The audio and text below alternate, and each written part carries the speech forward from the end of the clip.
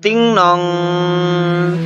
Assalamualaikum warahmatullahi wabarakatuh. Halo adik-adikku semua, dimanapun saat ini adik-adik berada.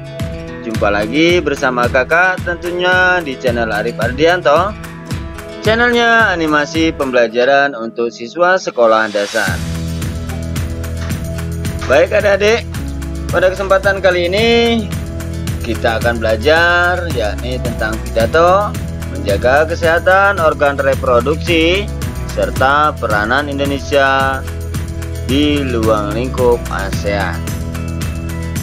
Materi ini adik-adik merupakan jawaban dari pembelajaran 4 tema 7 subtema 2 dengan muatan IPA KD 3.2 dan 4.2, IPS 3.3 dan 4.3, Bahasa Indonesia 3.3 dan 4.3. Baik adik-adik, mari kita simak materi selengkapnya.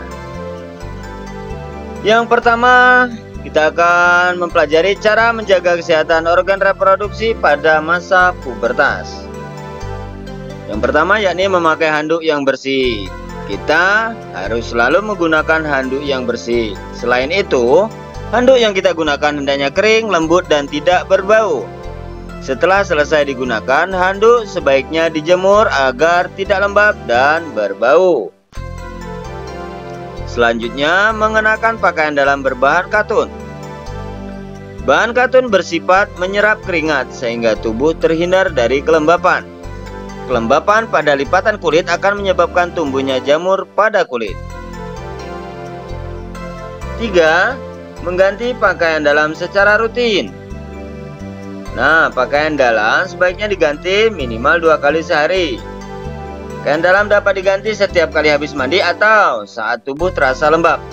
Rajin mengganti pakaian dalam dapat mencegah terkena penyakit kulit. Keempat, membersihkan organ reproduksi.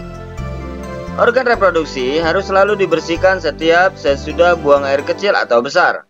Organ reproduksi dibasuh dengan air bersih dan dikeringkan dengan tisu atau handuk. Cara membersihkan organ reproduksi adalah dari depan ke belakang. Yang kelima, menggunakan pembalut yang lembut. Saat menstruasi, perempuan harus menggunakan pembalut yang lembut dan bersih. Pembalut diganti ketika darah kotor yang keluar sudah banyak. Pembalut harus diganti minimal 2 kali sehari. Nah, ini adik-adik merupakan contoh poster menjaga kesehatan organ reproduksi. Silakan adik-adik simak ya.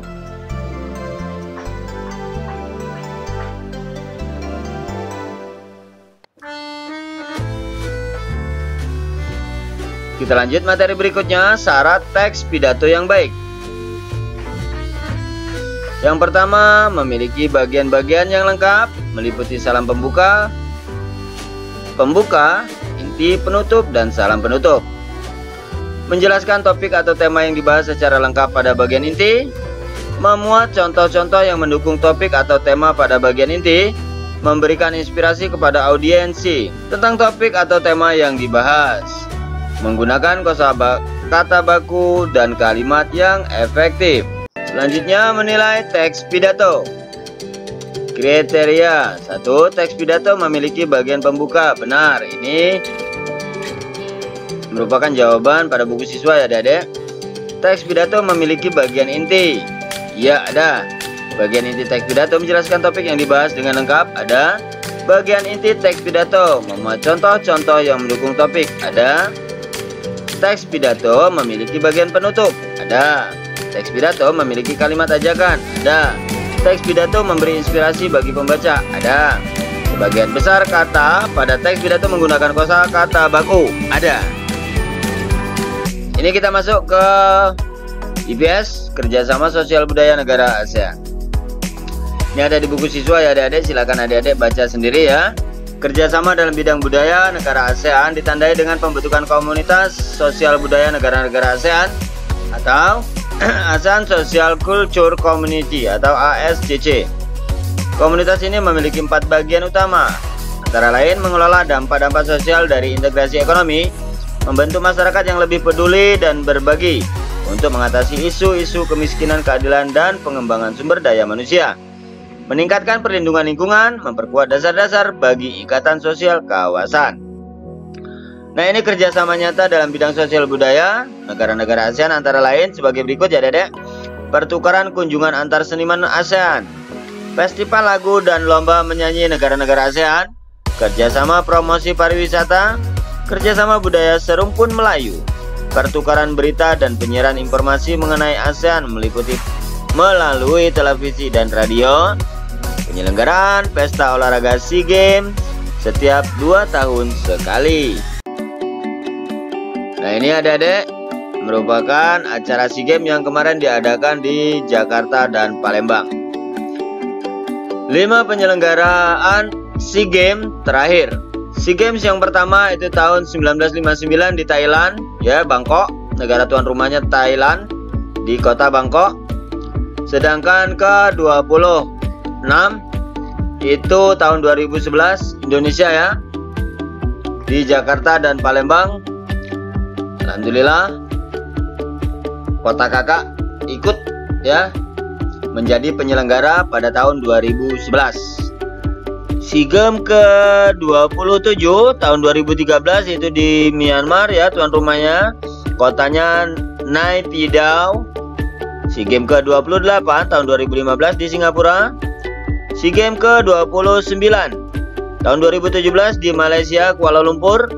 SEA Games ke-30 tahun 2019 di Filipina, kotanya Manila. Itu tadi adik-adik 5 penyelenggaraan SEA Games terakhir sebagai jawaban di halaman 89. Baik adik-adik, ternyata kita sudah sampai di penghujung materi.